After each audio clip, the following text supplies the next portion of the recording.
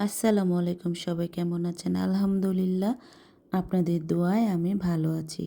আজকে দেখেন আমি এখানে ৩ ধরনের বাদাম নিয়েছি। কাজু বাদাম, কাঠবাদাম, পেস্তা বাদাম। ৩ ধরনের বাদাম আমি ঘিয়ে ভেজে নিয়েছিলাম। ওই ঘিয়ে ভাজা পর্বটা নিতে পারি নাই।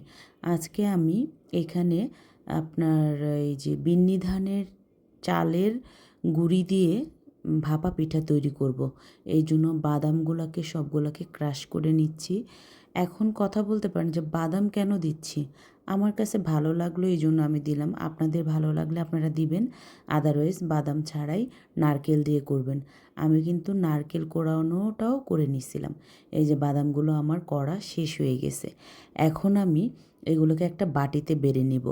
বেড়ে মিক্স করে নিব, সবগুলোকে মিলাই নিব। ও কিছুটা কিশমিশও আমি দিছিলাম।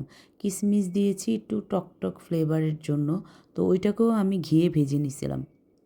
তো এগুলোকে আমি আগে মিক্স করে এখন বাটিটা সরাই ফেলবো। তো ওই যে ঝেড়ে নিতেছি। আর এই চালগুলোকে আমি ধুয়ে নিজেই ব্লেন্ডারে গুঁড়ি করে নিছি।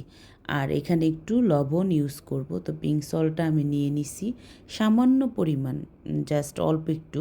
আমি যে পরিমাণ মতো হাতে নিছি, ওইটাকে আমি মিলাই নিব।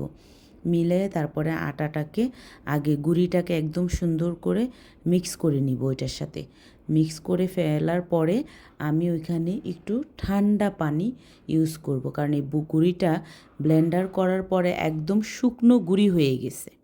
শুকনো হলে তো এটা হবে না, কি বলে, একটার সাথে একটা লেগে যাবে না, একদম বেশি ঝরঝরা ছিল। এখন এই যে গুঁড়িটাকে পানি দিয়ে একটু করে নিছি। এখন এটাকে যদি আমি দেই, বসে থাকবে। আর পিঠাটাও খুব সফট হবে আর বাটিতে বসবে ভালো। এই জন্য আমি এটাকে চেলে নিতেছি। এই ঝুড়িটা একটু অনেক বড় বড় ফাঁকা, এই জন্য এটার মধ্যে নিয়ে চেলে নিব চালগুলারে। চেলে নিলে এক সাইড থেকে জাস্ট বাটিতে নিব আর পিঠা তৈরি করব। চালার পরে ওইটাকে আর ধরবো না। এই যে দেখেন নেটের মধ্যে আমি করে বাস পিঠা বসাই দিছি। বসায়ে এই এই যে ভাপার যে এটা আমি নামায়ে নিছি আজকে। এইটা কোনো এক বছর পিকনিকে গিফট হিসাবে পেয়েছিলাম। তো এইটাকে নামাই নিছি, নামায়ে এটার মধ্যে করে নিছি। এত গরম ধোঁয়া উঠতেছিল যে ভাপগুলো আমার হাতে এসে লাগতেছিল। আর এমনিতেও হাত তো দেখতেই পাচ্ছেন কী অবস্থা, মানে ধরতে পারতেছিলাম না। একবার চামিজ আনছি, পেলেট আনছি যে এটাকে ধরার জন্য। পরবর্তীতে সাহস করে একদম টান দিয়ে তুলে ফেলছি। পিঠার কিছু হয়নি, আলহামদুলিল্লাহ। পিঠা খুব সুন্দর মতো হইছিল। তো ভালোই লাগছে। প্রথমবার ট্রাই করছি, এরকম মনে হয় নাই। আর খুব গরম ভাপ উঠতেছিল। আর প্রথমবার ট্রাই করাতে যে এরকম হবে, বিন্নি ধানের পিঠা কীরকম হয় তাও আমি জানি না। এই ফার্স্ট টাইম আমি তৈরি করছি, আমার কাছে ভীষণ ভালো লাগছে। এই যে দেখেন পিঠাটার লুকিং, এবং ভিতরে নারকেল দিছি, সব কিছুই দিছি, খুবই ভালো হয়েছে। খেজুরের গুঁড়ো কিন্তু দেয়া হয়েছে। এই যে দেখেন আরেকটা আমি বাটিতে সুন্দর করে বসাই দিছি।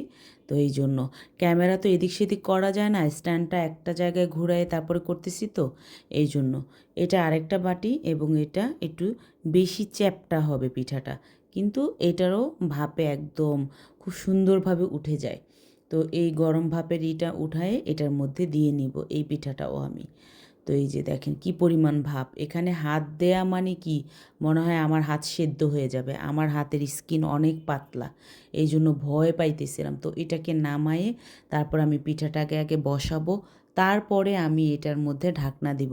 কারণ দেখেন টকবগে ফুটন্ত গরম পানি, এর মধ্যে হাত দেয়া মানে পোড়া চামড়া একদম সহ ঝলসে যাবে। এই যে এইভাবে করে এই টেকনিকে আমি পিঠাটা বসায় নিছি। আপনাদের কার কার কাছে ভালো লাগছে বিন্নি চালের পিঠা আমাকে